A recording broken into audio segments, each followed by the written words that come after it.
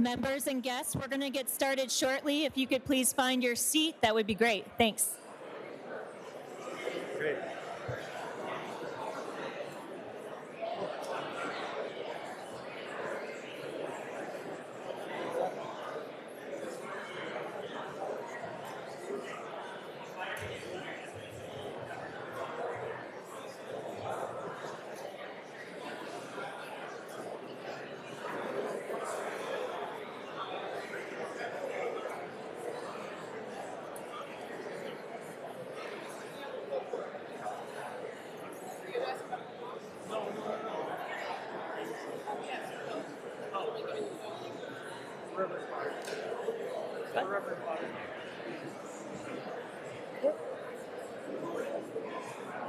Yeah, get ready. Get ready. Yeah. There she is. She's right there. She's right there.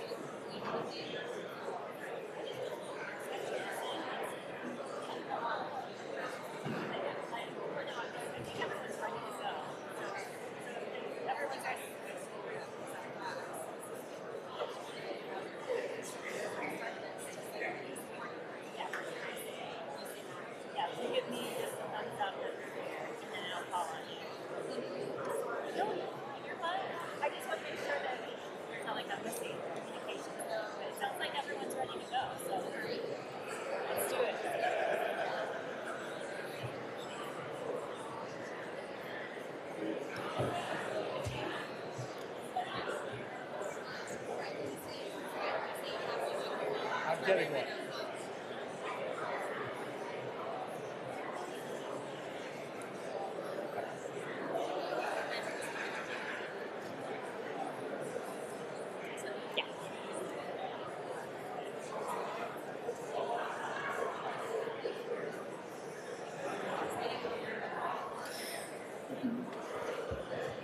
Will members and guests please take their seats? We are getting close to starting here. No. Okay, great. Yeah, I'll just look for your thumbs up.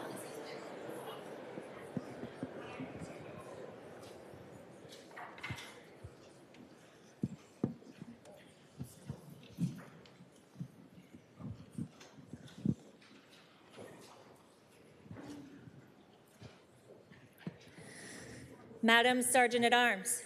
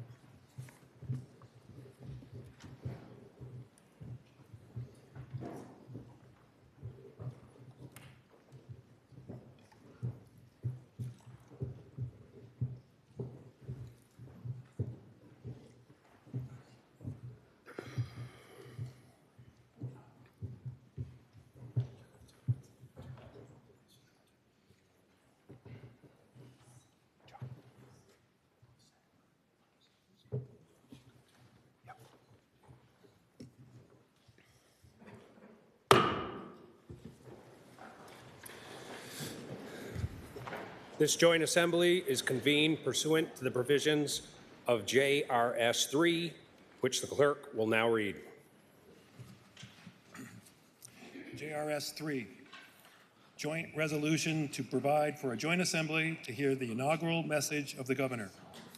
Resolved by the Senate and House of Representatives that the two houses meet in joint assembly on Thursday, January 9, 2025 at 2 o'clock in the afternoon to receive the inaugural message of the governor. Please rise and remain standing while the honorable justices of the Vermont Supreme Court are escorted into the chamber by the Sergeant at Arms.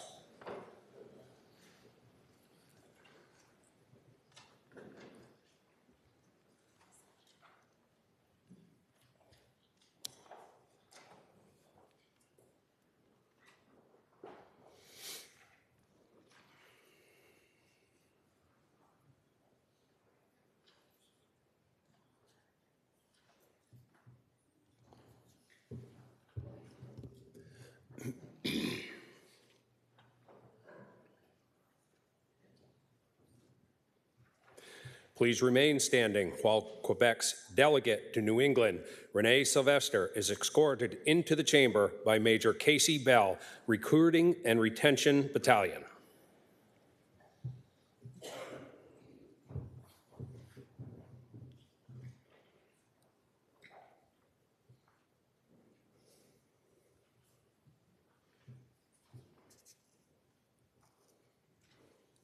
Please remain standing while Canadian Consul General, represented by Lisa Carrier, is escorted into the chamber by Sergeant First Class Yulia Benson, 40th Army Band.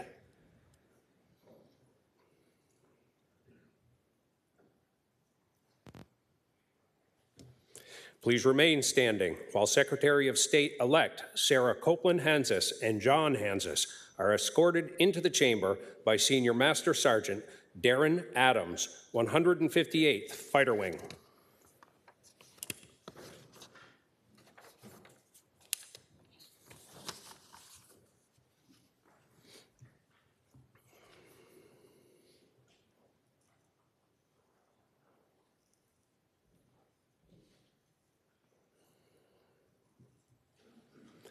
Please remain standing while the Auditor of Accounts, represented by Deputy Auditor Tim Ash, is escorted into the chamber by Master Sergeant Kelly Burton, 158th Controller Light.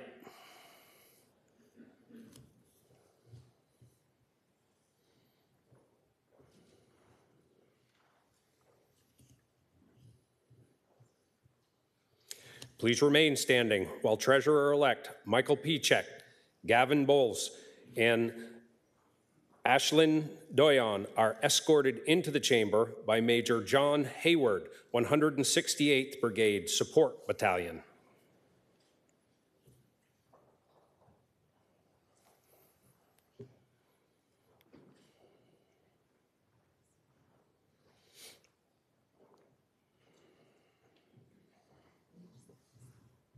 Please remain standing while Attorney General-elect Charity Clark, Lauren Yonda, and Robert McDougall are escorted into the chamber by Lieutenant Colonel Jason Boyd, 124th Regional Training Institute.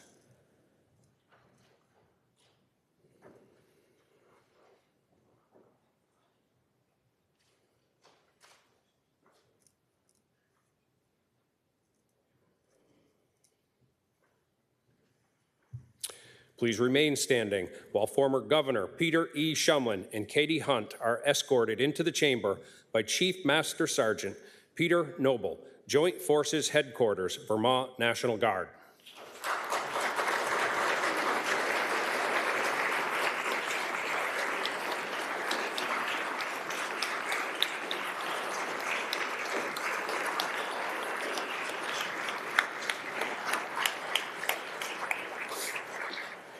Please remain standing while former Governor and Mrs. James H. Douglas are escorted into the chamber by Master Sergeant Vladimir Sanon, 158th Fighter Wing.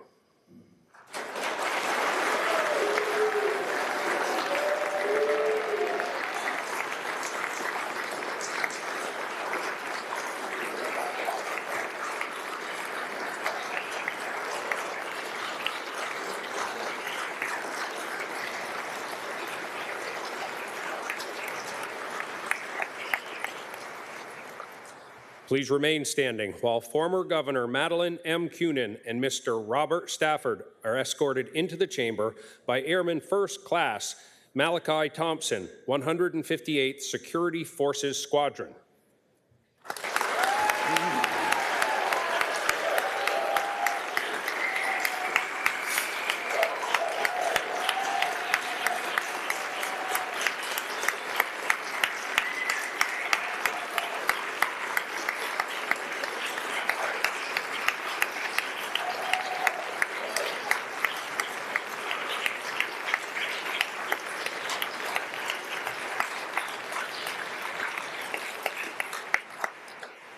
Please remain standing while Marion Dubois, Diana McTeague Scott, Erica and Rachel Scott, and Kevin and Donna Scott are escorted into the chamber by Colonel Robert Beaudry.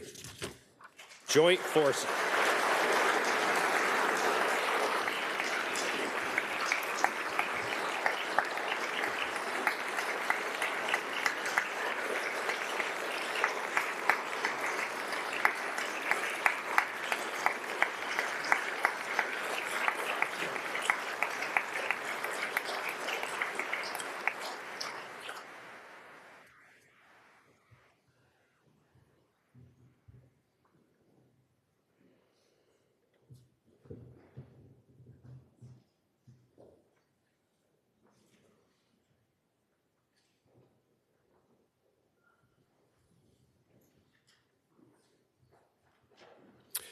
The chair recognizes the senator from Chittenden Central District for the purpose of making a motion.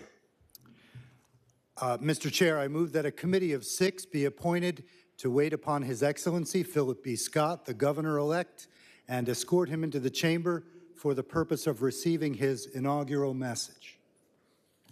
The senator from Chittenden Central District has moved that a committee of 6 be appointed by the chair to wait upon His Excellency Philip B. Scott, the governor-elect, and escort him into the chamber for the purpose of receiving his inaugural message. Are you ready for the question? If so, all those in favor signify by saying aye. Aye. All those opposed signify by saying nay. The ayes have it, and the motion is carried. The chair appoints as members of this committee the senator from Chittenden Central District, Senator Baruth, the senator from Chittenden Southeast District, Senator Lyons, the senator from Caledonia District, Senator Beck, Representative Houghton, the member from Essex Junction, Representative McCoy, the member from Pulteney, Representative Logan, the member from Burlington. Will the committee please assemble and perform the duties assigned to it? The General Assembly may be at ease.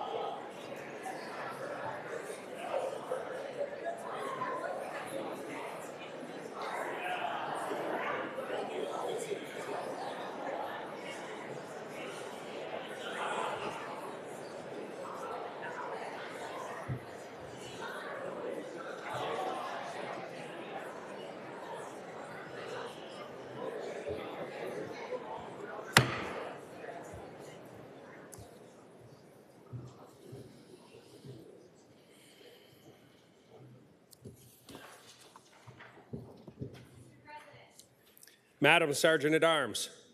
It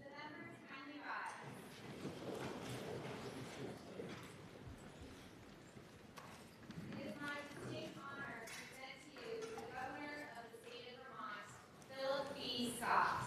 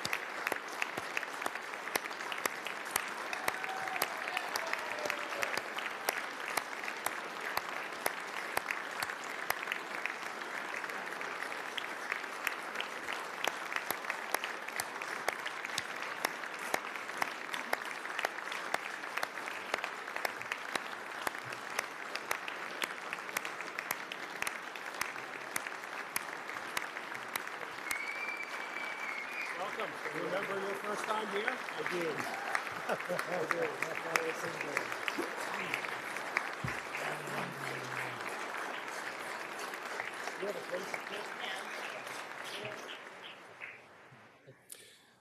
Please remain standing while the State Police Honor Guard post the colors.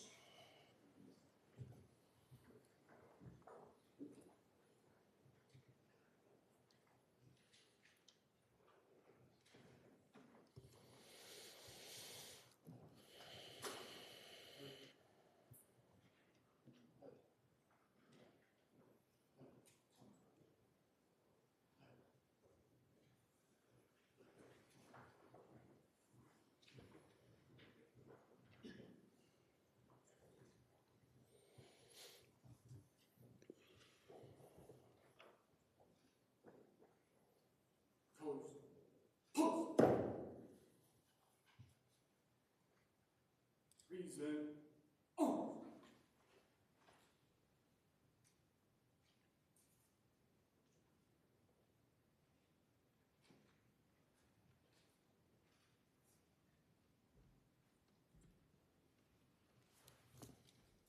Please remain standing while Summer Booton of Fairfax, Vermont sings our national anthem.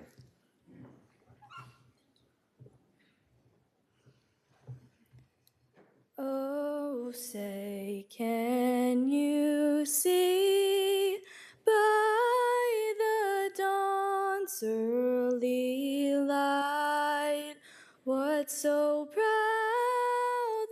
we hailed at the twilight's last gleaming, whose broad stripes and bright stars through the perilous fight o'er the ramparts we watched were so gallantly streaming, and the rocket's red glare, the bombs bursting in air, gave proof through the night that our flag was still there.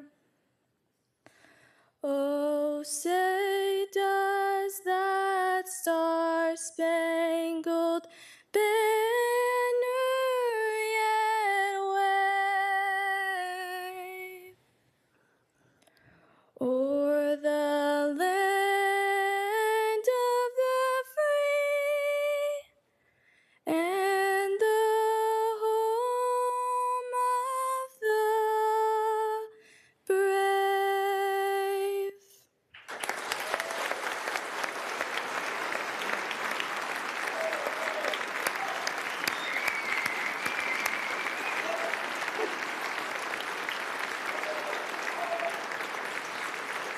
Please remain standing while the State Police Honor Guard leaves the chamber.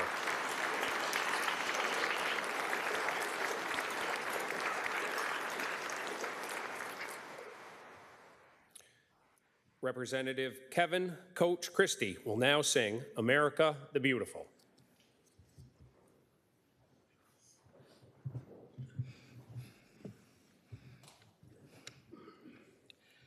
Oh, beautiful for spacious skies, for amber waves of grain, for purple mountains' majesty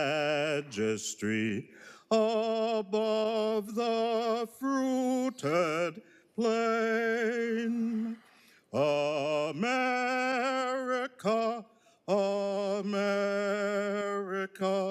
God shed his grace on thee and crown thy good with brotherhood from sea to shining sea.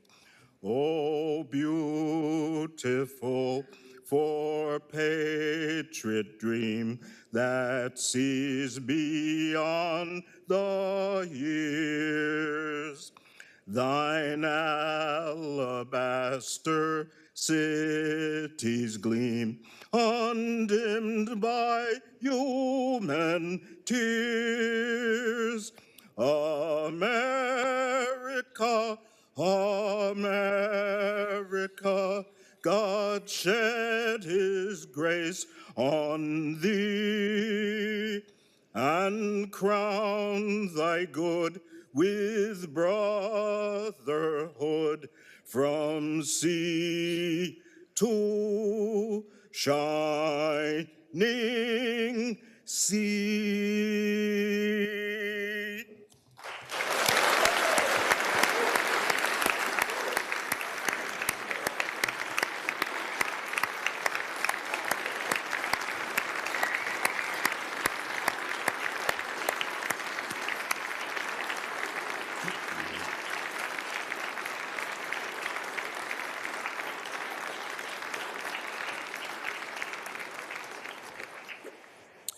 The invocation will be given by the Most Reverend Father Leopold J. Bilodeau, retired pastor, St. Monica's Church of Barrie, Vermont.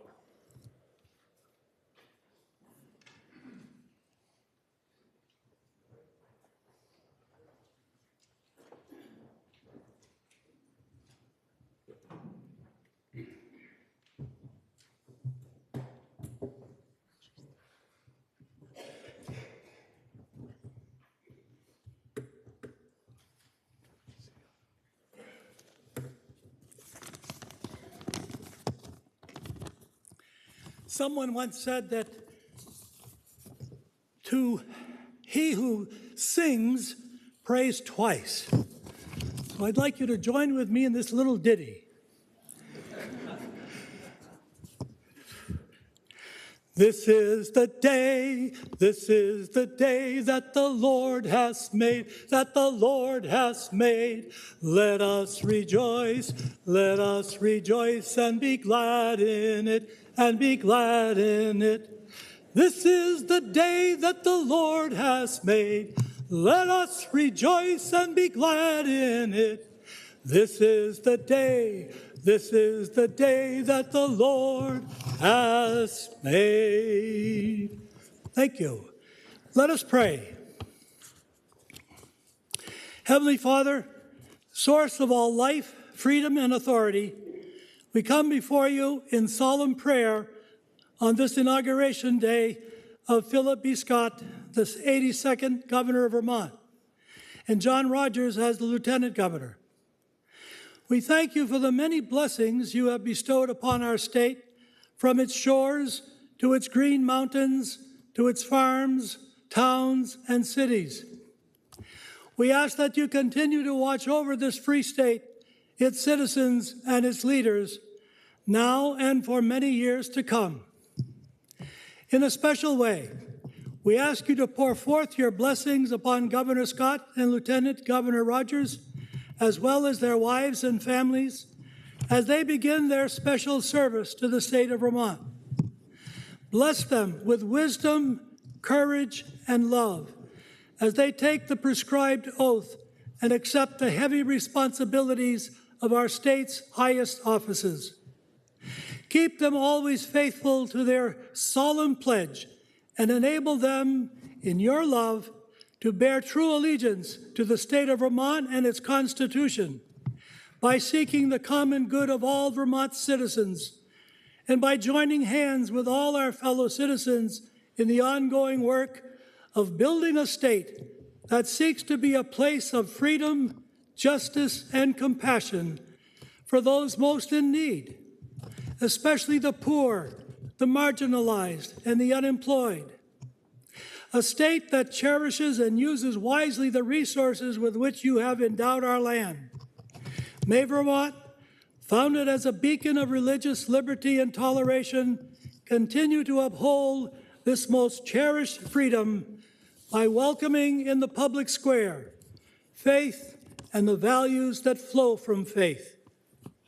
Show us the path, Lord, to be builders of relationships in our state and its communities, so that we may bring forth harmony from our diversity.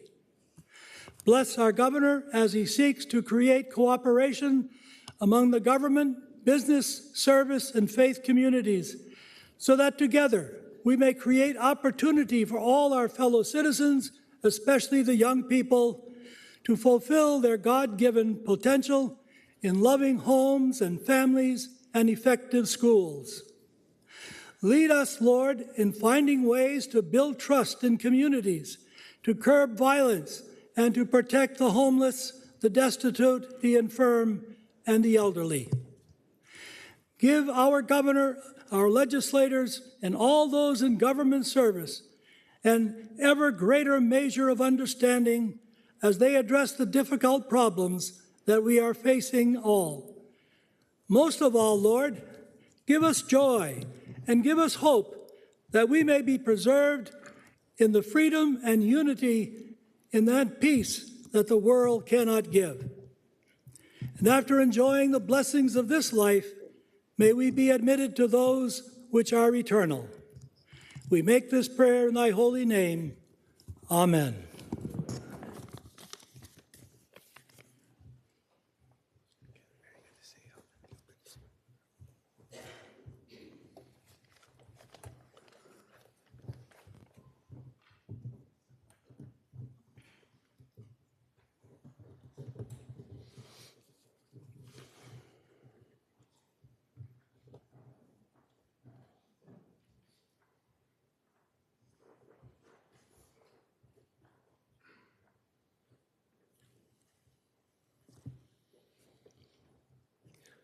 The Chief Justice of the Vermont Supreme Court, the Honorable Paul L. Reiber, and the Governor's mom, Marion, will now come to the podium. The Chief Justice will now administer the oath of office to the Governor-elect.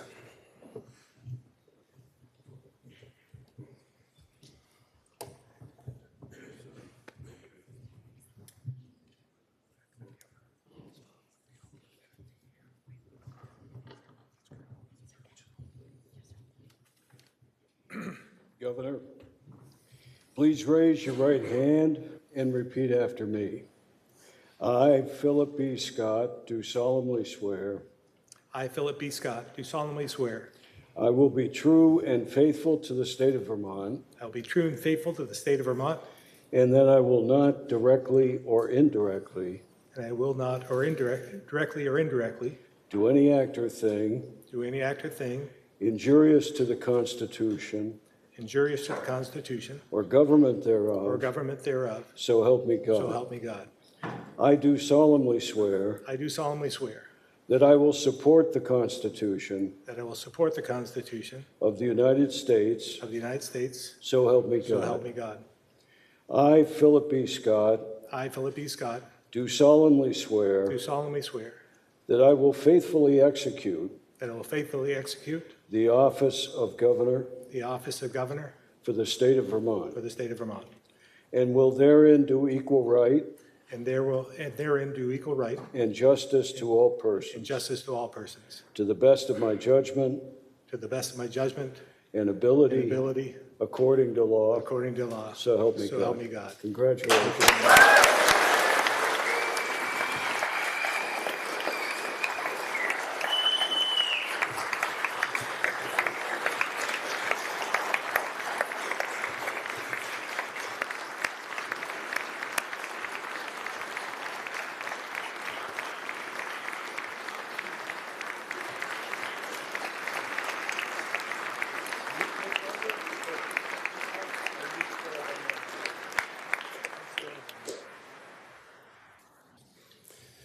First, the oath of office will be administered to Michael Pichek.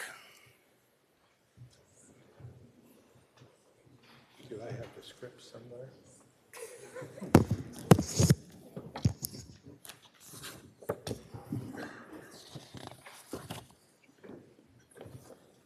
Raise your right hand and repeat after me.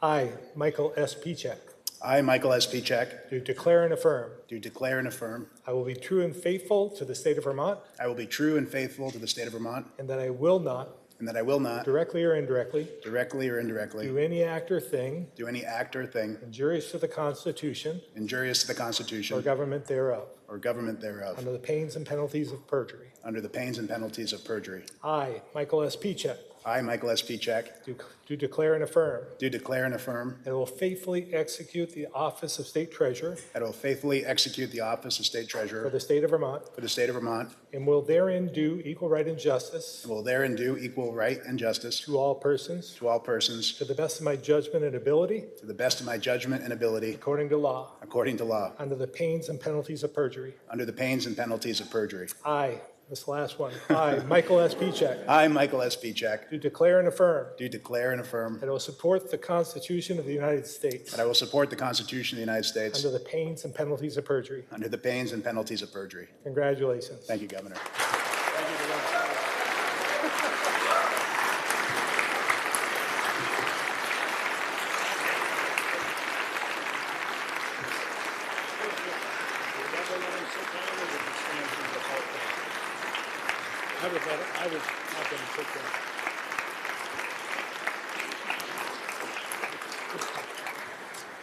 Seeing as we've been standing for so long, everybody can feel free to sit down. The oath of office will now be administered to Sarah Copeland Hansis.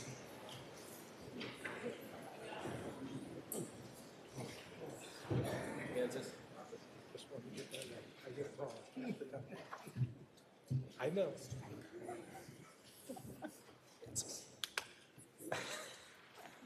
Raise your right hand and repeat after me. I, Sarah Copeland Hansis, I, Sarah Copeland do Hansis, solemnly swear do solemnly swear that I will be true and faithful that I will be true and faithful to the state of Vermont, to the state of Vermont, and that I will not, and that I will not, directly or indirectly, directly or do indirectly, any act or thing do any act or thing injurious to the Constitution injurious to the or Constitution government thereof. or government thereof. So help me God. So help me God. I, Sarah Copeland Hansis, I, Sarah Copeland do Hansis, solemnly swear do solemnly swear that I will faithfully execute that I will faithfully execute the office of Secretary of State the office of Secretary of State for the state of Vermont, for the state of Vermont, and will therein do equal right and justice and will therein do equal right and justice to all persons, to all persons, to the best of my judgment and ability, to the best of my judgment and ability, according to law. according to law. So help me God. So help me God. I, Sarah Copeland Hansis, I, Sarah Copeland do Hansis, solemnly swear do solemnly swear that I will support the Constitution of the United States. that I will support the Constitution of the United States. So help me God. So help me God. Congratulations.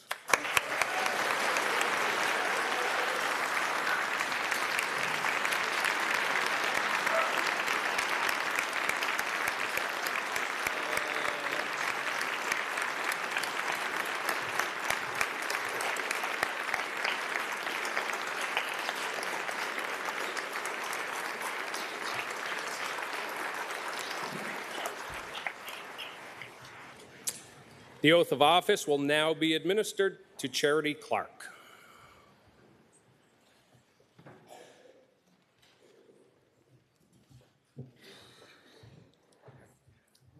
Raise your right hand and repeat after me.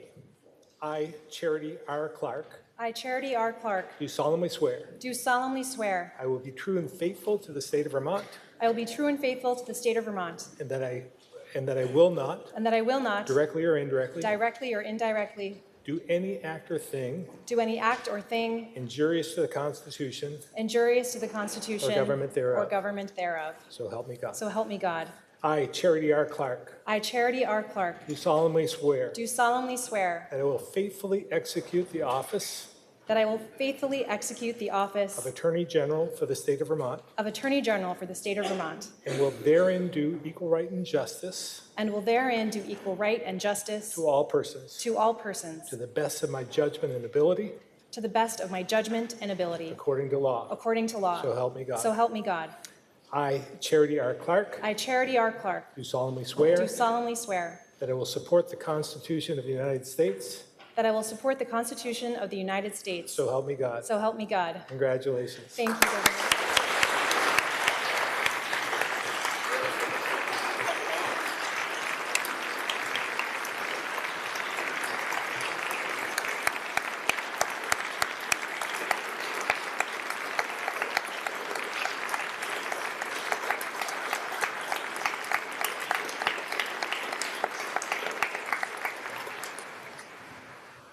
I haven't heard so much swearing since I left the farm.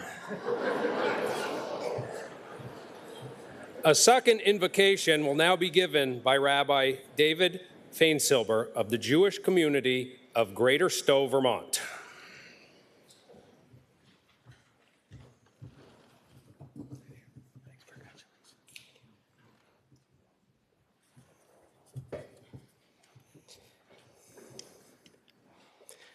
Coming together in the midst of winter's chill. Help us, God of life, to feel the warmth among us, gathering by the civic hearth as we wish Mazel Tov from the Hebrew good luck to Governor Scott, the statewide officers, and the legislators in their positions serving Vermonters. Chei ha'olamim, Eternal living one, let me speak to you, O God, from my heart, according to my Jewish faith in this State House, before these honorable people, each filled with dignity and worth. Let us pause and look around at our fellow Vermonters, meeting each other's eyes, seeing one another as created in your image, each imbued with sacred purpose.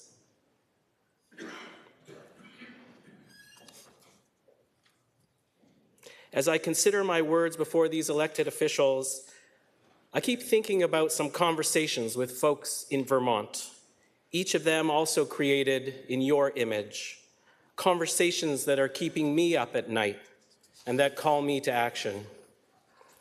In recalling each person, I invite our elected officials and our fellow Vermonters to please join me in offering our prayers and commitment to them. Like the dear friend and colleague, a brilliant working mother, a community leader who told me of her employment uncertainty, who is living without a proper kitchen, and whose landlord neglects ongoing issues in her family's home. Or the wonderful mother, an incredible artist, who has recently attempted suicide, in part because she is anxious about losing her current housing. Or the couple who are both transgender, good neighborly people, wise people, who live afraid for their lives in the current climate. Or that family with young kids I spoke to after losing their home due to flooding, concerned it could happen again. And the seniors I pastor, who contributed to their families and this country, who are suffering from isolation. And the boy among too many, targeted with anti-Semitism in one of our local schools, and the teen who is dealing with racism, or the many I speak to about their struggles with mental health. Or that conversation that still plagues me with the father who was sleeping in the car with his family through the Vermont winter, still trying to get his kids to school on time. God of the orphan, the widow, the stranger, the most vulnerable among us, you filled each one of us with a spark of life that cannot be extinguished. Each of us with intrinsic worth and vast potential. Each of us with many identities and a unique purpose to offer.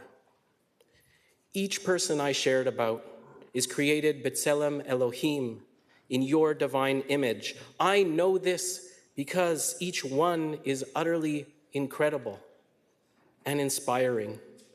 How despite challenges, each contributes to their communities with their uniqueness. Imagine how much more each person could offer of themselves if they weren't struggling to survive. What a gift to their families, Vermont, and the world if they had the support to thrive to their fullest potential. As we say in our weekly prayers in our congregation, O God, bless our diverse inhabitants equally in the light of your presence, that we might build a society based upon compassion, justice, and opportunity for all. Compassionate God, may Governor Scott and all these lawmakers and their families lead lives of meaning and value, affirming each day the sacred purpose in their governing. Help our lawmakers to know the power in their words and deeds. Imbue them with dignity, that they might help to build a society that affirms the worth and potential of all. One conversation, one deed, and one legislation at a time. Guide them to see their fellow citizens and all those who dwell here as neighbors and friends, cultivating circles of care so everyone feels supported. Lead them into their communities to ask what keeps Vermonters up at night, actively seeking the voices of the voiceless. And joining Vermonters together as one sacred, diverse tapestry, may you, our political leaders, in relationship with community leaders and all those you serve, model a cooperative way forward for our painfully fractured country and for our broken yet beautiful world. Across Vermont and beyond, may we all come to know, as the great Reverend Dr. Martin Luther King Jr. said, we are caught in an inescapable network of mutuality, tied in a single garment of destiny. Whatever affects one directly affects all indirectly. Thank you for this humbling opportunity to stand before you. I appreciate each of you and your service to others. And so let me end with a traditional prayer to God upon new and renewed commitments at this inaugural ceremony and for this next term, and gratitude for our already abundant blessings. So if you know the Shehechianu blessing in the Hebrew, please join in, followed by the English. Baruch atah Adonai, Eloheinu melech haolam, שהחיינו וקיימנו והגיענו לזמן הזה. Amen. Blessed are you, breath of life, guide of the universe, who brings us life and sustains our every breath, and who has brought us to this auspicious, sacred moment. And let us say, Amen.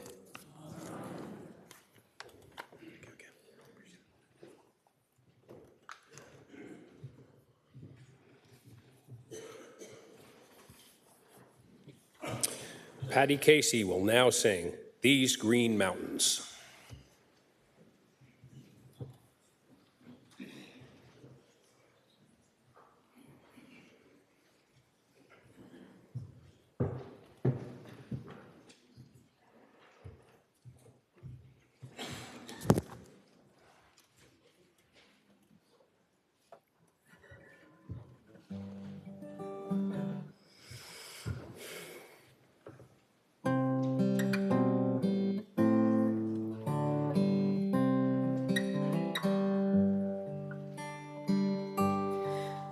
These green hills and silver waters are my home. They belong to me and to all of her sons and daughters. May they be strong and forever free, and let us live to protect her beauty and look with pride on the golden dome. They say home is where the heart is. These green mountains are my home. These green mountains are my home.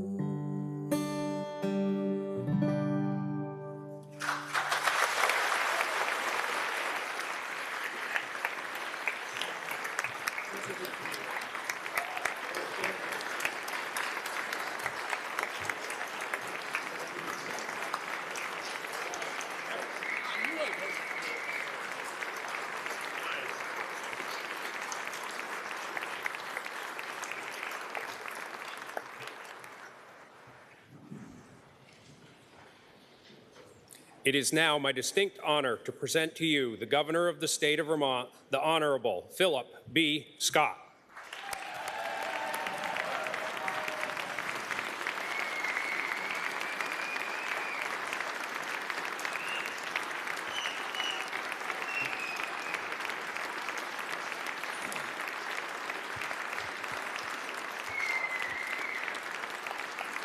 Thank you. Thank you. Thank you.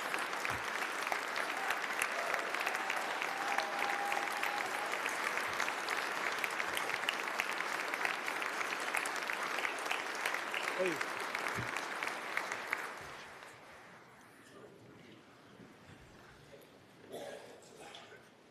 Mr. President, Madam Speaker, Mr. Chief Justice, members of the General Assembly, honored guests, and fellow Vermonters. I'm honored to have earned the trust and support of voters to serve once again as governor.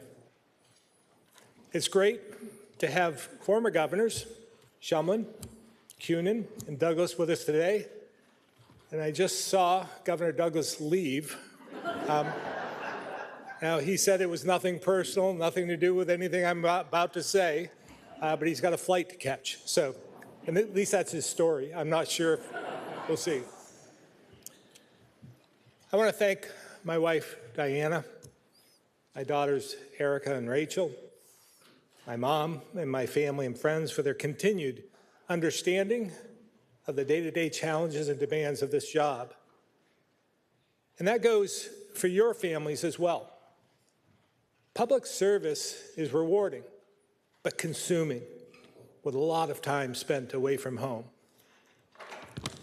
This session, when our work gets difficult and the days grow longer, which they will, let's remember the hundreds of men and women in our National Guard who are away from their families and far from home. A large number of them were deployed this past week.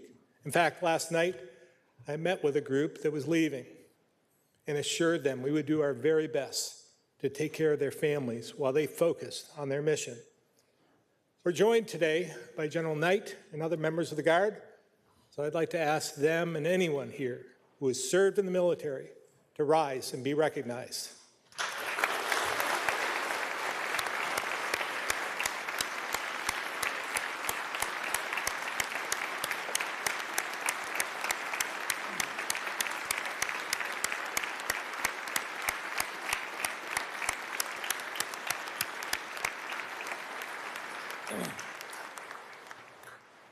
I also want to acknowledge former legislators we've lost over the last year, who I had the privilege of serving with over my 24 years in this building.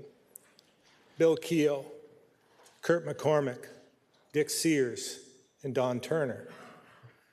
And of course, there was my former seatmate, Bill Doyle, and my dear, dear friend and mentor.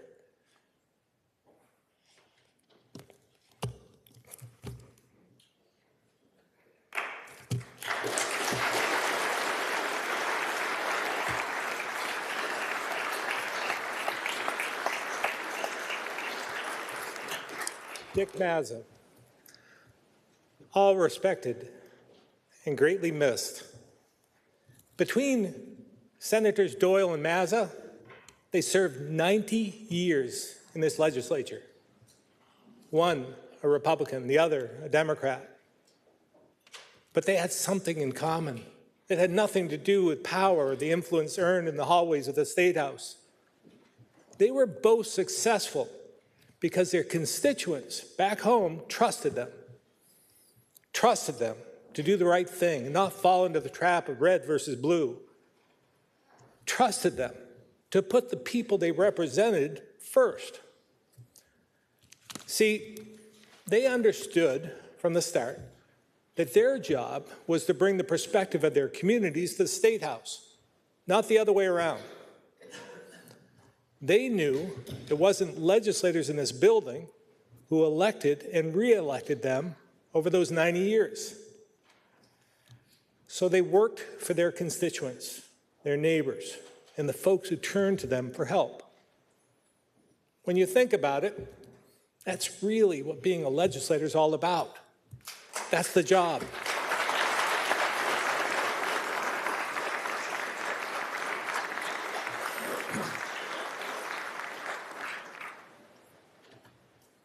Listening to your constituents and being a voice for those back home is essential, especially for those of you from cities, towns, and villages who feel left behind and want a seat at the table.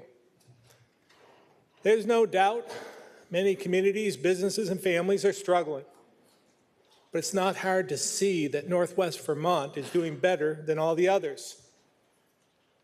And it's not to say this region doesn't have challenges, but overall, it's where you see a lower percentage of kids in poverty, lower energy costs, higher median incomes, higher home values, and more new housing being built. And while we're desperate for workers across the state, the size of the workforce in Chittenden and Franklin counties is the highest it's been in recent history. But as the rest of the state struggles to catch up, they carry the same burden of increasing taxes and fees and navigate the same complicated mandates and regulations. And regardless of how well-intentioned these policies are, they're expensive and require resources that places like Burlington, Shelburne, and Wilson may have, but small towns like Chelsea, Lunenburg, Peacham, Plainfield, and even Rutland, Newport, or Brattleboro do not. Too many bills are passed without considering the impact on these communities. Let me read a vote explanation from former Essex Caledonia Representative Terry Lynn Williams, which she gave last year in tears. She said, "Don't come up to me today and ask me how I am. The answer is, I'm sick, and I'm afraid, and I'm defeated, and angry, and sad. There you have it. Don't ask, because you have no idea or don't care what you're doing to my county and the other 70% of Vermont." Now, you may not agree with what she said, but we can't ignore how she feels. And she's not alone. 2 years ago, I shared the story of a somewhat angry guy from Essex County, and that's not you, Senator Ingalls. He confronted me while I was up in the Northeast Kingdom saying, "We're crushing him," and that Montpelier couldn't care less about what they did to folks like him in places like Island Pond. Now, I realize many of you go back home and face constituents with these same concerns and challenges, where your workforce and student enrollment has been declining for years, or your select board doesn't have the time or resources to apply for complicated grants, or your school board is struggling and your community needs jobs and a better economy. So if any of this resonates with you, here's something to think about. There are 17 senators and 83 House members who represent these left-behind communities, which means if you ignore party labels, you actually have the majority here. So let's work together to pass bills that fix the problems that matter most to your constituents and set aside the ones that don't. Let's put our communities above all else, reset the playing field so it's fair and benefits all of Vermont.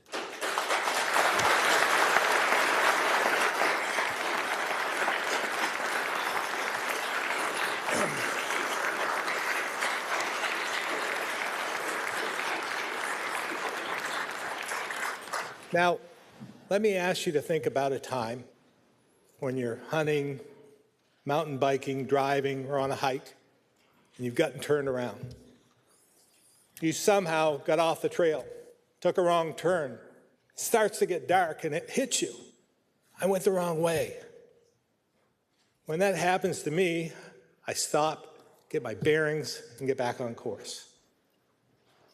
But when it comes to politics, I know it can be hard to admit when you've gone down the wrong path and need to turn around. But we're not here to worry about egos. We're here to do what Vermonters need. And they just sent a very clear message. They think we're off course.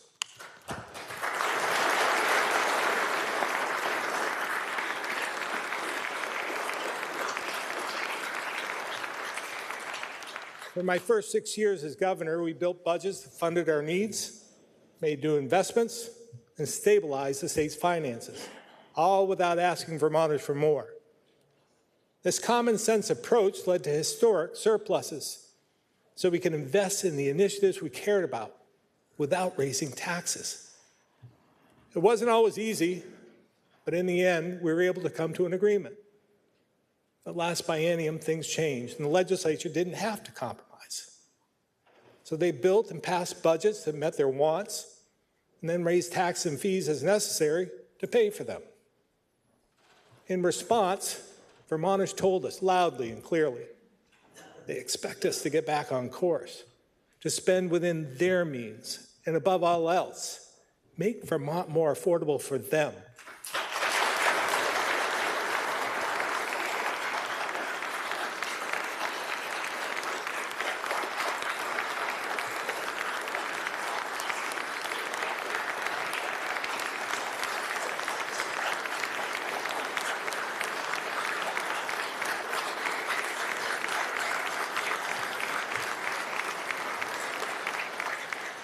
Now, you don't have to take my word for it. Just listen to Travis, a Harwood alum and Moortown resident who rushed from work to a public meeting so he could tell whoever would listen, I don't live here, I survive here. He's had enough. His taxes and his homeowner's insurance has doubled. His hands at that very moment were bleeding from the 14-hour day he just worked, a schedule that's crushing him. He said, I'm sick of all this ridiculous spending and the cost of everything doubling every year. I can't handle it anymore. I'm 46. I don't know if I'm going to see anything older than that here in Vermont. Now remember his age because I'll come back to it. He ended his comments with a simple message. It's too expensive. Straighten it out, figure it out, and come up with a better system because the taxpayers are sick of it. And that, I believe, gets to the heart of the issue. Because he didn't say slash and burn the budget. He said do it better. In so many areas, I share your goals. Where we often disagree is how we get there and at what pace. As I've said, just throwing more money at problems hasn't equaled success. Not in education, state colleges, housing, homelessness, and other areas where we funded but haven't fixed the underlying structural issues. Without fixing the holes we're in, they just keep getting bigger, and the hard-earned money of taxpayers like Travis is squandered. So this year, I'm asking you to join me, to listen to those who sent us here. Think about what they can afford and what they need, and give everyone the chance to not just survive, but thrive.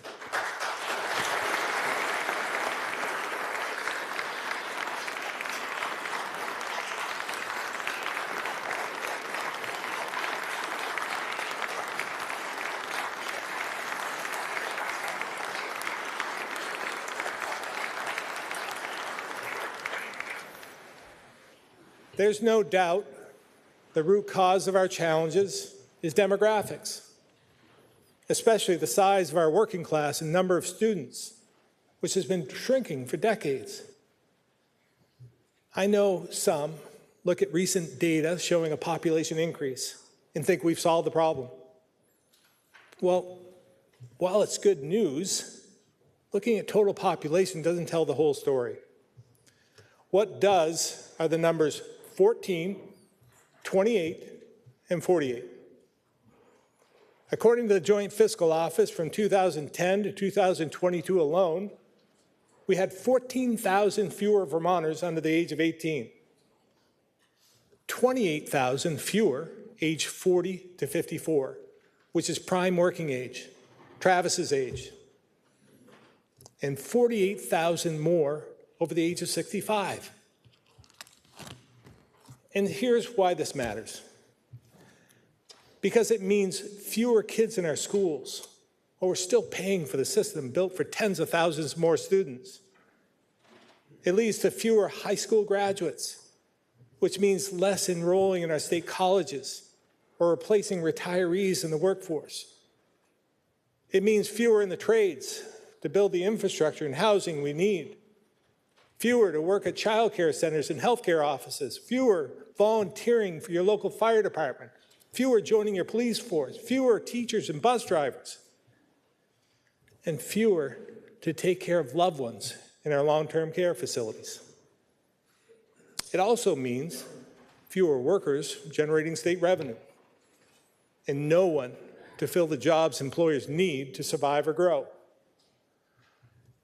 All of it means less revenue for services to support the 48,000 more seniors we have, and less to fund the safety net for the most vulnerable.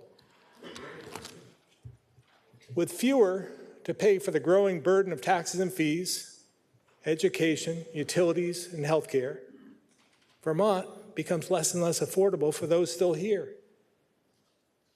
And as competition for a limited workforce pushes wages up, everything is getting more expensive. Meanwhile, it gets harder to attract the people we need because our reputation as one of the highest taxed and most expensive states isn't exactly a great marketing strategy. It's clear you cannot separate affordability and demographics, so both need to be at the center of all we do. As I say all the time, we need more taxpayers, not more taxes.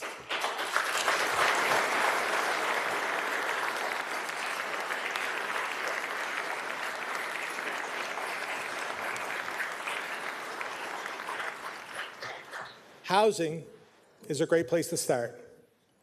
We know mortgages and rent are unaffordable for many. The cost and the shortage of units drives people out of Vermont and prevents families and workers from moving here. To me, the issue is obvious, and its solution relies on a basic economic principle: supply and demand. According to the Housing Needs Assessment, it will take 7,200 homes just to break even.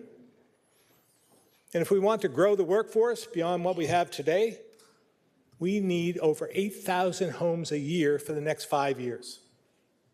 But our current rate is about 2,300. Now, that's an improvement over the 1,600 a year we saw over the previous decade, but it's nowhere near enough. So this session is crucial. We pass an actual housing bill focused on 4 strategies. First, let's strengthen our foundation with infrastructure for housing and flood recovery, not just with funding, but with a creative expansion of our successful TIF program. Second, we can give a helping hand to neglected communities by continuing to transform dilapidated houses into homes and economic opportunity. Third, we need more people investing in and revitalizing working-class neighborhoods. So let's continue to grow creative programs like VHIP and help more mom-and-pop investors be part of the solution. And fourth, if this is truly the crisis we all know it is, let's treat it like one. In order to make real progress, we've got to address our appeals process, which has been abused for far too long. And we have a lot more work to do on last year's land use bill, like expanding the Act 250 exemptions currently provided to a select few and giving rural communities a seat at the table so they too have an opportunity to thrive and grow.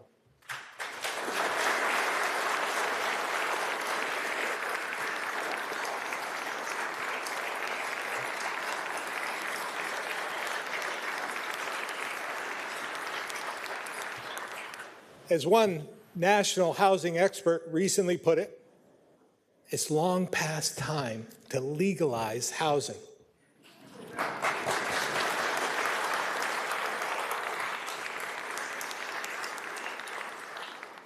More housing plays an important role for another key challenge, education. As you well know, last year bills went up 14% on average, and as high as 38%. And if this year's projected rate goes into effect, education property tax will have increased 33% in just 3 years. And that's only property taxes, which for good reason has received a lot of attention. But what's not as obvious is all that's been added to the Ed Fund from other sources. 100% of our sales and use tax, about $600 million a year, goes into the Ed Fund. So does 1/3 of our purchase and use tax, and 1/4 of our rooms and meals tax, as well as 100% of the new short-term rental surcharge, and all lottery proceeds. And at times, we bought down rates with general fund money that could have gone to housing, human services, climate mitigation, public safety, and so much more. So when we tell ourselves that we pay for education with property taxes, that's not the whole story, because over 1/3, about $800 million, comes from other sources. Since I took office, the education fund has gone from $1.6 billion to an astounding $2.3 billion and climbing. We're one of the top education spenders in the nation. Yet, in too many districts, teachers aren't paid enough. Administrators are tied up in bureaucracy. Schools have too much empty space, and many are in disrepair. And most importantly, our kids aren't seeing the best outcomes. With what we're spending, we should not be in the middle of the pack on any educational scorecard.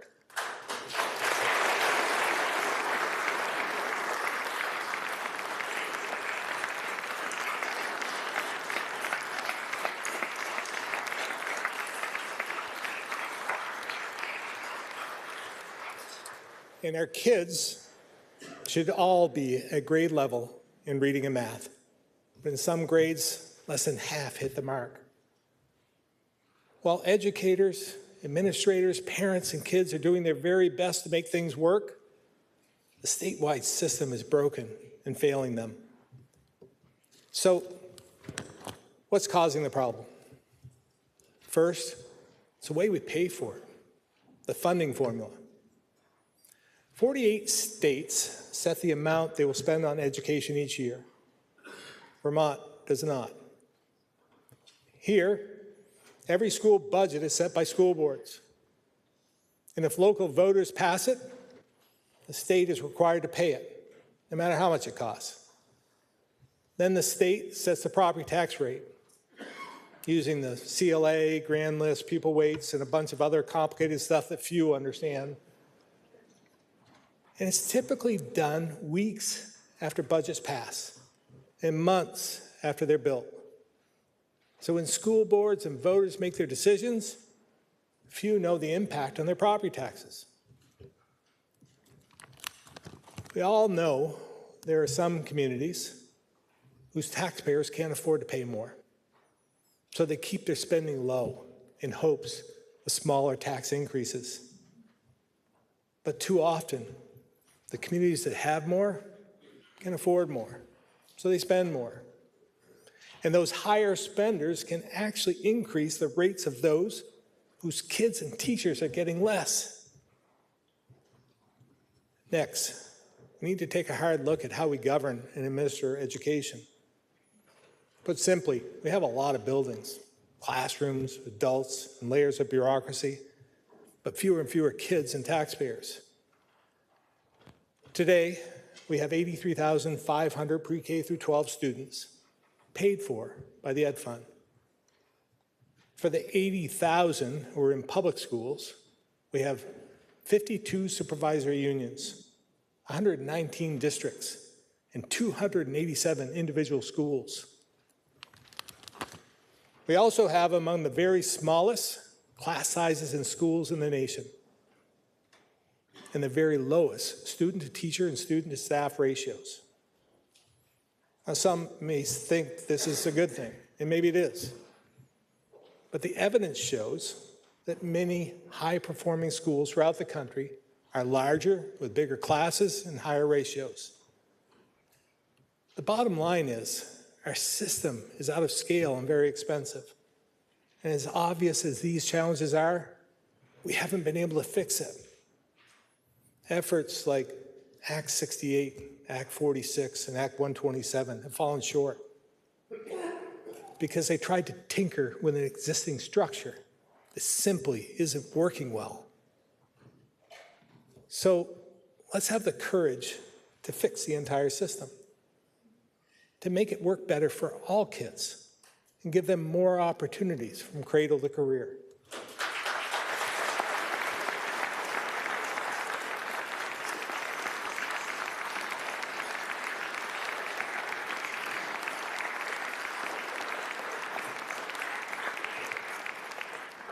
With my budget in 2 weeks, we'll share our full proposal to improve the quality, equity, and sustainability of the pre-K through 12 system in Vermont. With those three principles and the mandate voters gave us in November, we'll propose a multi-year plan to transform education. First, it will include an entirely new student-centered funding formula to provide more and better opportunities for kids and get costs under control. Second, we'll propose a new, simpler governance structure so we can deliver better and more equal education across communities. Third, we'll provide school boards and administrators with support and guardrails to reduce cost pressures. Finally, we know Vermonters can't afford to pay more.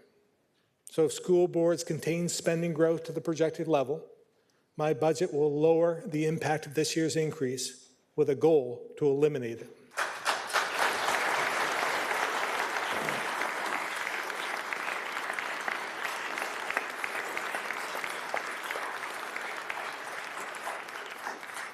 Now, I'm not going to sugarcoat it. None of this will be easy. And I'm sure we'll hear some of the same hesitations and concerns of the past. Here's a few you might remember. We need some schools to consolidate or close, but not our school. We need lower costs, but we won't share a teacher or principal. We need efficiency, but we want our own school board. We need pay equity, but we want our own employee contract. We need the state's help, but don't mess with local control. All these concerns are more about adults than students. And failing to fix this problem is failing our kids.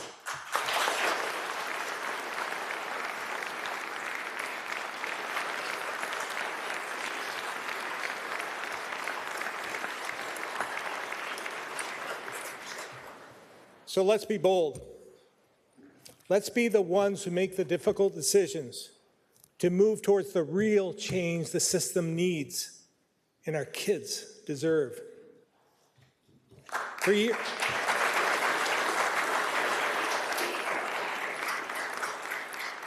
For years, I've said, if I gave you $2.3 billion to educate 83,500 students, it would look far different than what we have today. This session, we have the rare opportunity to not only make our system more affordable for taxpayers, but also improve the quality of education for all kids, no matter their challenges or where they live. And we owe it to everyone to seize the moment and be brave together.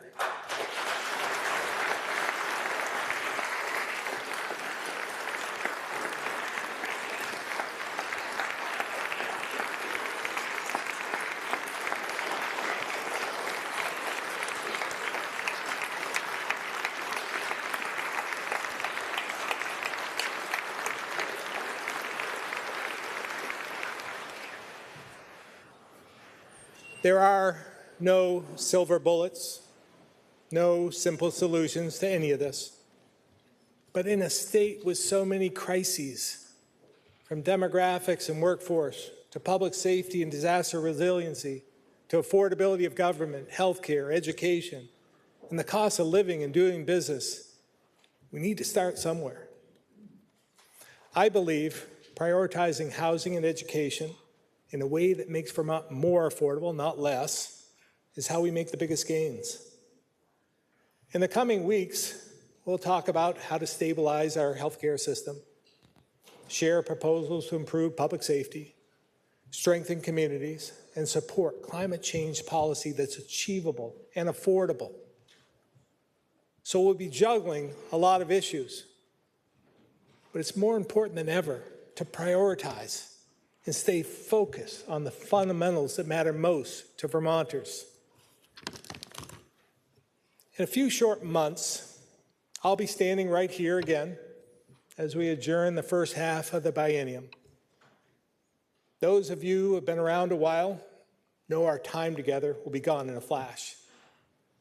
So, on that day, what is it you want to have done for your community?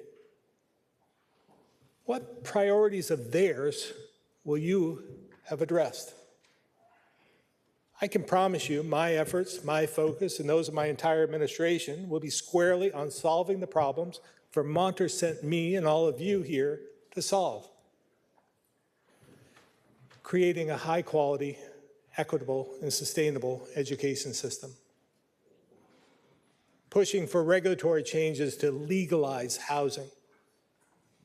And making sure whatever we do, we keep affordability for everyone our top priority. Vermonters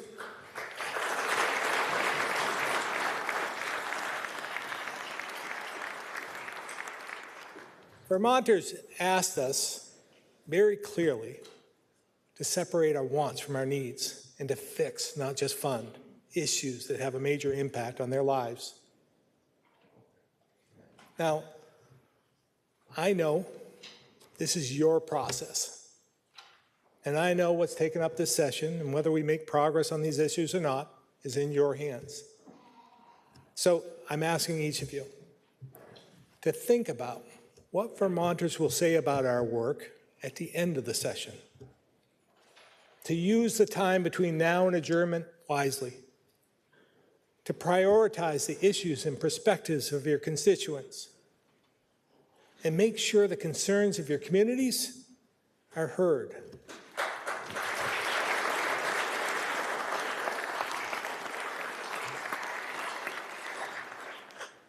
The good news is we've shown what state government can do to solve problems and help people. We, all of us, saw it during the pandemic, and I often think back to what it took to build that response. Long days, nights, and weekends that spanned months and then years. But even with all the uncertainty, with all the loss, the hardship, difficult decisions, and tough calls, we got through it. And with the federal aid that came our way in the aftermath, we, all of us, strengthened 246 water treatment systems, supported over 600 businesses, created nearly 2,000 homes, protected 3,500 acres with climate change mitigation projects, and improved broadband for over 100,000 households and businesses. And this money is still funding projects, so there's more to come. We've had some success on a smaller scale as well. A little over a year ago, there was an idea to fold a team from the Agency of Transportation, the folks who build things, into our housing team to make more units available quickly and affordably. When floodwaters damaged dozens of homes beyond repair for the second year in a row, this group stepped up to say, we can help. And in a show of true bipartisanship, the E-Board transferred $7 million to get them started. In a matter of months, they've improved 34 empty lots and placed 32 mobile homes with 5 already under contract for purchase. And that's just one example. Here are a few more. We've welcomed over 1,000 refugees in the last 3 years and will continue.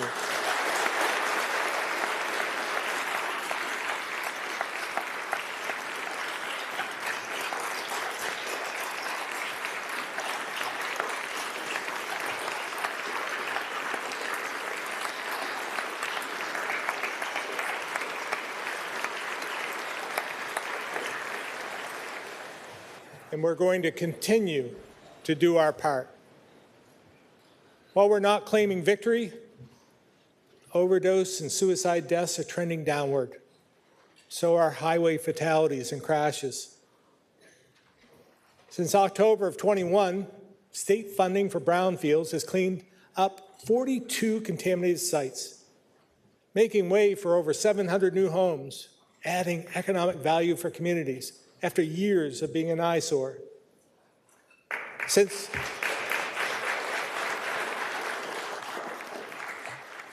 Since 2020, our VHIP investments have brought 500 affordable apartments online, with almost 500 more under construction. As you recall, the average grant is about $36,000, which is a bargain in today's market.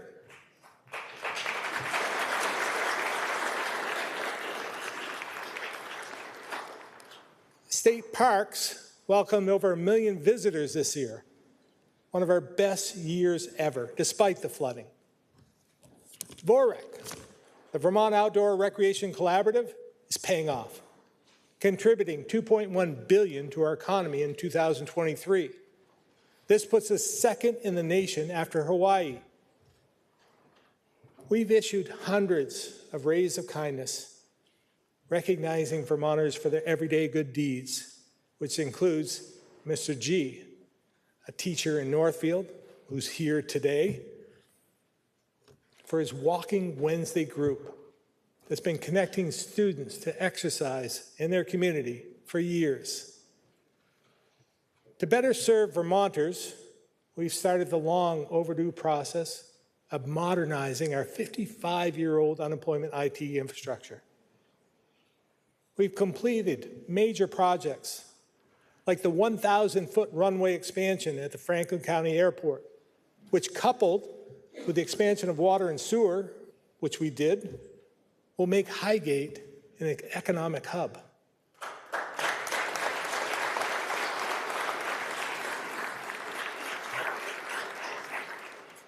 We brought train service from Burlington to New York City after 2 decades of waiting.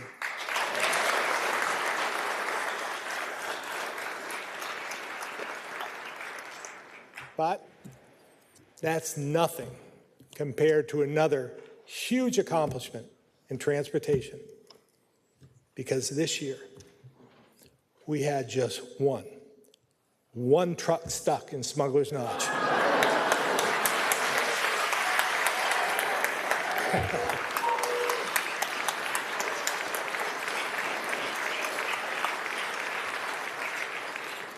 Now, if we can go from as many as 12 stuckages down to 1, we should be able to do almost anything.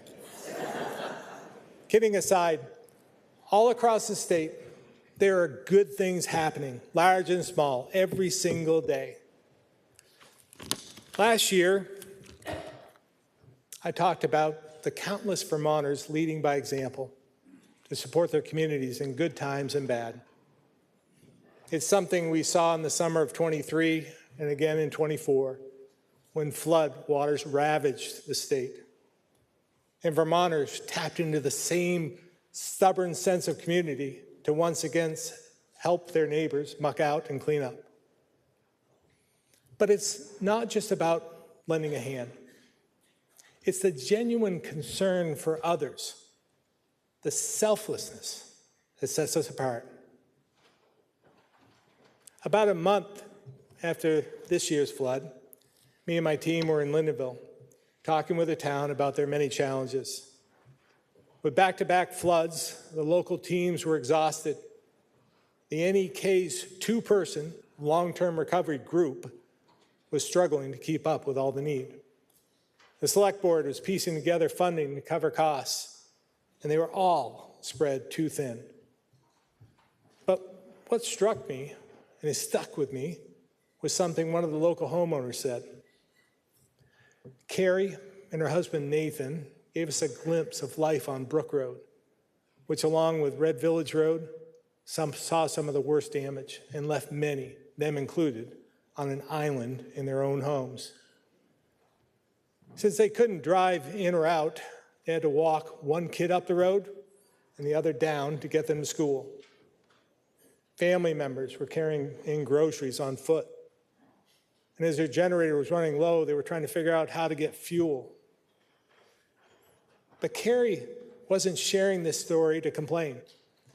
Her point, her concern, was not about her family or even the challenges of her town.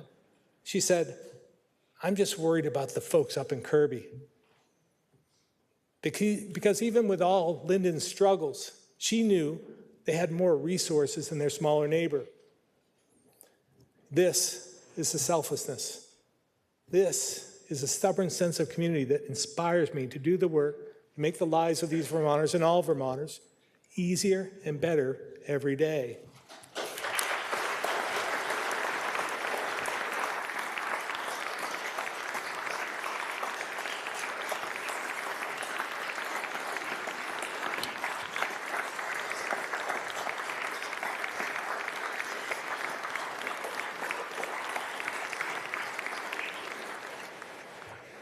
My friends, whether it's putting the needs of your neighbors ahead of your own significant challenges, leaving your family for months to protect democracy around the world, or being a trusted and honest voice for your community over decades, the examples are there for us.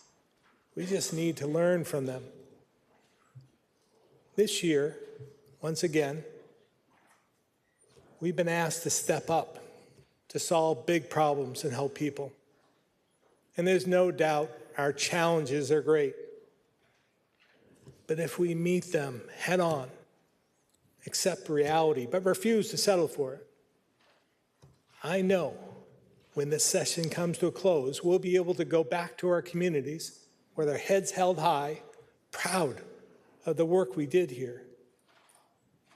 We'll go home with a renewed sense of duty and hope of the brighter future that all Vermonters deserve. That's what they asked us to do. And we cannot, and we must not let them down.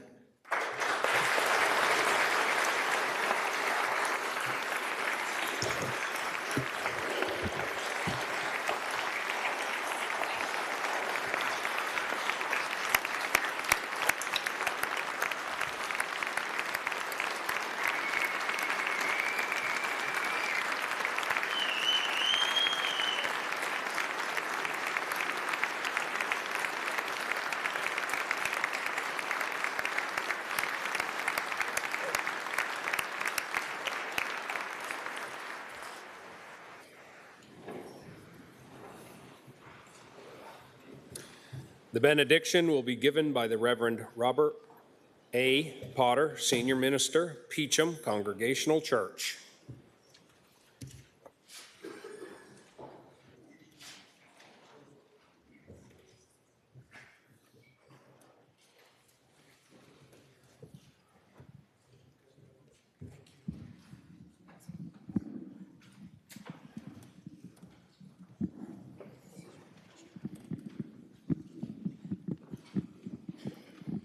Leave now, I'll see you go.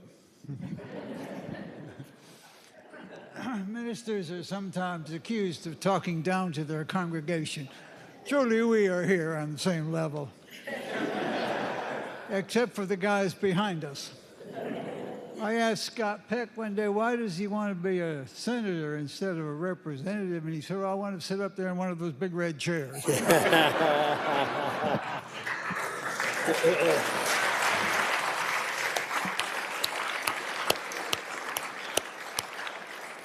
That's not true. I made that up, but I thought it was Jimmy Carter would have us be truthful above all things today. I had an awful fall yesterday, and my back and legs are, yeah. But my doctor said, sit up, don't shut up, and keep talking. And I wanted to be here, just as all of you do, because of our love and respect for the governor, and indeed for what we're trying to do, you do together. I've been thinking, though, if I get a little lightheaded if I stand up, so they made me sit down here instead of going to the podium. But the great benefit of being down here, even though I can't believe I'd ever turn my back on the governor, is that if I faint before I get through this, I'll fall into the governor's mother's arms.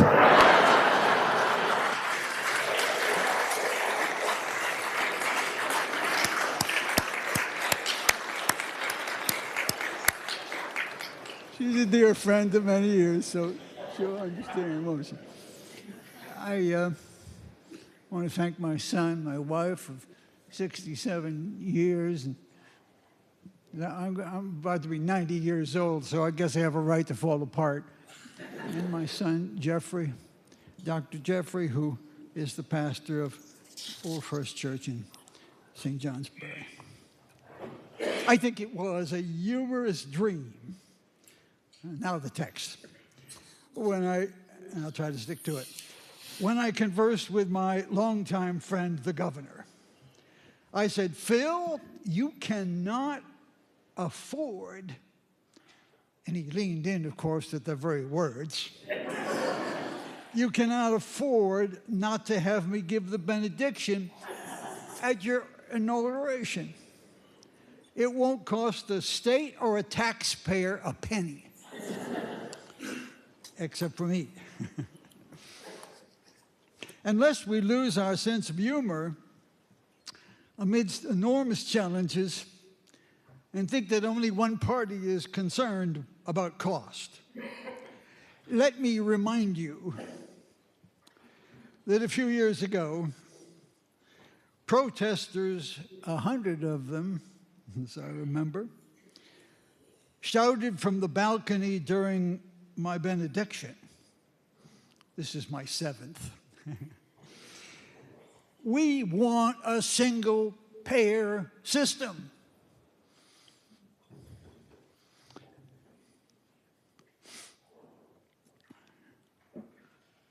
And the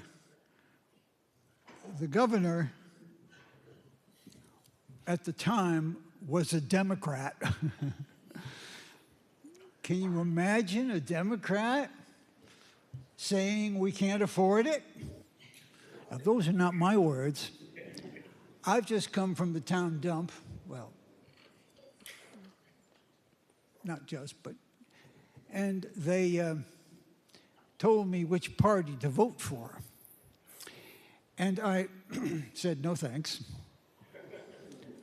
And they sort of backhanded me and said, get out of here. It's very humbling to be thrown out of the town dump. But maybe that's what we need to do. Because no party has obviously a corner on truth, and we know that. I also come here on a day when we honor two great Americans, Jimmy Carter and Martin Luther King, in a few days. And I thought it might be helpful for me to remind you of my long personal ties with Martin Luther King. We did a number of things together over the years. Most recently, we shared a graduation stage. And he gave a great speech on the need for having a tough mind and a tender heart. A tough mind and a tender heart. And afterwards, he said to me he really preferred to give the benediction because obviously I had so much fun doing it. But also, he liked giving the last word. And so do I. On the road from Burke to Island Pond, there's a park-like clearing amidst a vast wooded wilderness. I passed it many times, and one day I decided to stop. It has a moat perfectly and gated with a high granite monument, no doubt from Barry, topped by a large plaque which says, on this site in the year 1857, absolutely nothing happened. Let no plaque ever be put on the side of this building. We have come here today, dear friends, perhaps from old cow paths and old logging roads by the river, honoring those who have come before us, through valleys that give us our values and our vision, and over mountains that give us our meaning and sense of the marvelous. In this land we so love, we have come to do the purpose of the people.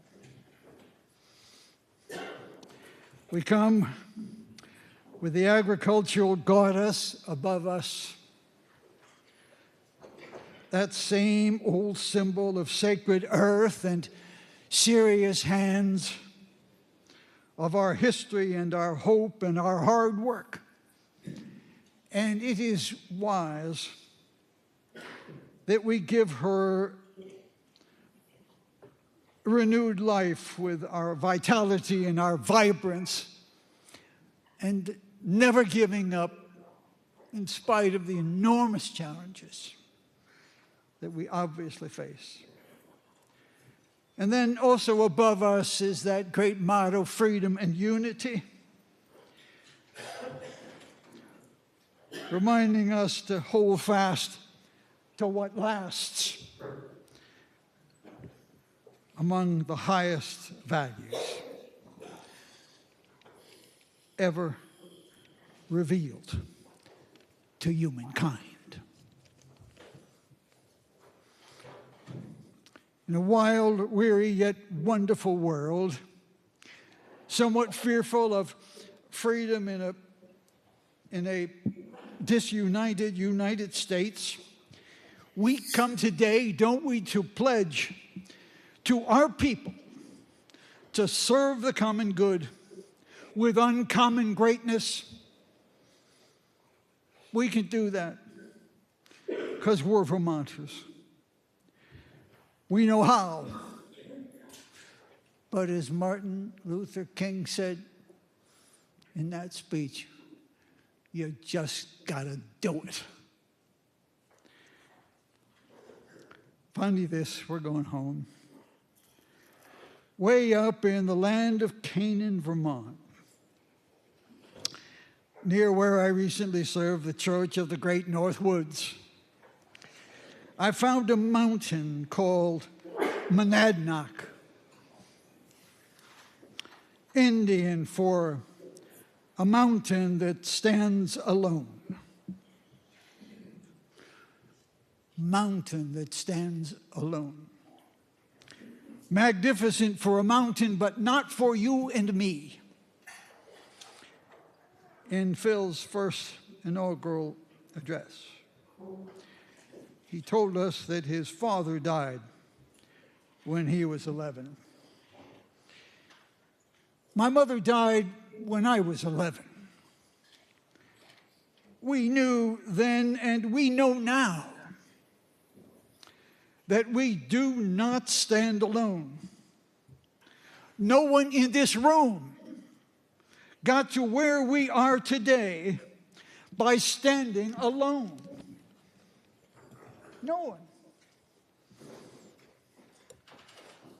Not today, not tomorrow, never. So on our way home tonight, or any night on the long, dark nights of a Vermont winter, remember this, dearly beloved, remember this. Sometimes,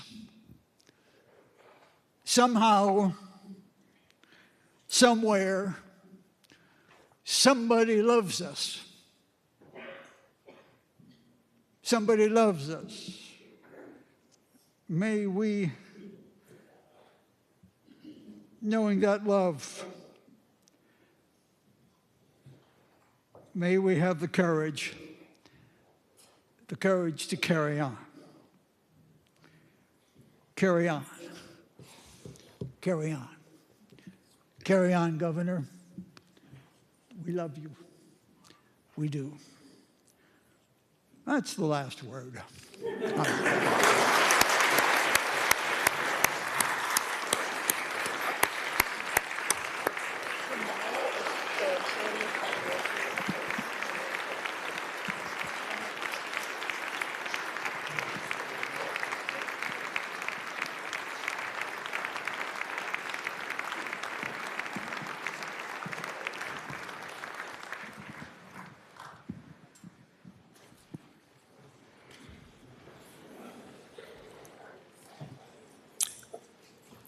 Sorry, I'm a little slow to the draw. Will the joint assembly please remain standing? And will the committee please reassemble and escort the governor from the chamber?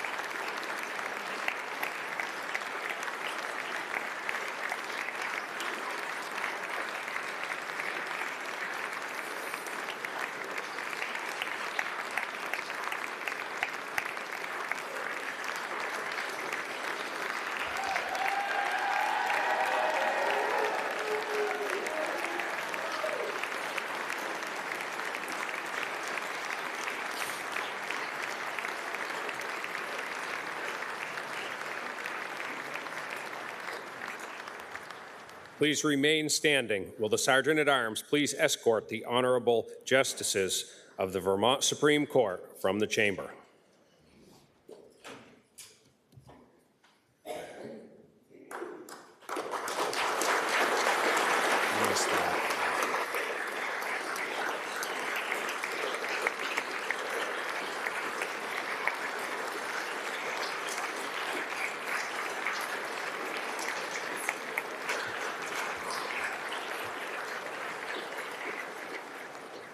Please remain standing while the family of the Governor Scott is escorted from the chamber.